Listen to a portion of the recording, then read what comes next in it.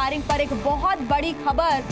जी news के पास हमलावर की तस्वीर आ गई है सामने। जी न्यूज पर आप देखेंगे उसकी तस्वीर, ट्रंप पर फायरिंग करने वाले की तस्वीर सामने आई है। ये मात्र 20 साल का एक लड़का है जिसने इस हमले को अंजाम दिया है। हालांकि इसके तार कहां तक जुड़े हुए हैं, किसने इसको ब्रेन वॉश किया या मोटिवेट किया ये सब करने के लिए, ये जांच का विषय है। लेकिन इसकी तस्वीरें अब आ गई है सामने। जी न्यूज के पास हमलावर की तस्वीर है।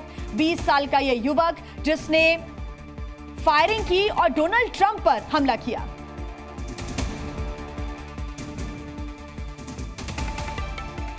थॉमस मैथ्यू बताया जा रहा है इसका नाम। बड़ी खबर इस वक्त आपको बता रहे हैं, लगातार इसके बारे में जानकारी मिल रही है। थॉमस मैथ्यू है इसका नाम। जी न्यूज के पास हमलावर की तस्वीर और इसी ने, थॉमस मैथ्यू ने ही फायरिंग की घटना को अंजाम दिया। प्रणय, क्या जानकारी? अब देखिए अलग अलग जो तस्वीरें वो भी हम दिखा रहे हैं जी न्यूज पर।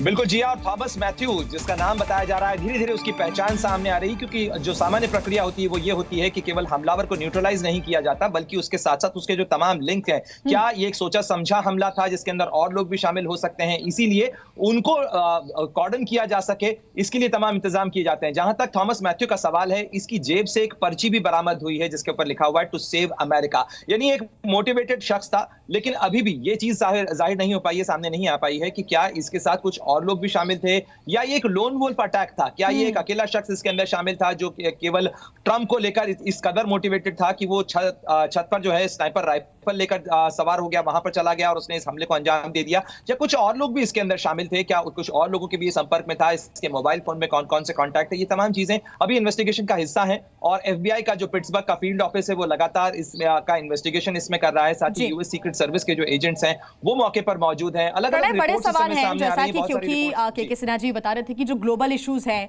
उससे कई बार जो प्रतिक्रिया कोई भी नेता देता है तो उससे इन्फ्लुएंस भी होते हैं और युवा सबसे पहले इन्फ्लुएंस हो जाते हैं। ये सवाल दीपक बोरा जी आपसे भी है। और ये देखिए अब जो थॉमस मैथ्यू क्रुक्स है, ये लड़का सामने आया है, 20 साल का है, मोटिवेटेड है या ब्रेन वॉश्ड है या फिर लोन वुल्फ अटैक था, खुद के द्वारा की गई पूरी रणनीति, ये अब जांच का विषय है। लेकिन क्या ग्लोबल इश्यूज और जो ग्लोबल इश्यूज के बाद प्रतिक्रियाएं, उसका ये असर हो सकता है क्या सर? लड़के की तस्वीर जो आपने दिखाई है, क्षमा कीजिएगा, लंबे लंबे बाल हैं, चश्मा पहना हुआ है, मुझे मालूम नहीं है किस टाइप का व्यक्ति है। ऑब्वियसली ये नॉर्मल अमेरिकन स्टूडेंट नहीं है। अगर स्टूडेंट था, ये पता नहीं इसके बारे में, यूनिवर्सिटी में कहाँ है वो सब बाद में पता लगेगा। ग्लोबल इश्यूज का मैम असर हुआ है कि नहीं? अगर जो पैलेस्टाइन में हो रहा है, अगर अमेरिका उसका समर्थन कर रहा है या नहीं कर रहा है, यूक्रेन में क्या हो रहा है, अमेरिका उनको सपोर्ट कर रहा है, आई डोंट नो, इसका बैकग्राउंड बाद में पता है। लेकिन एक चीज बिल्कुल जाहिर है, पूरी दुनिया में इसकी आलोचना होगी।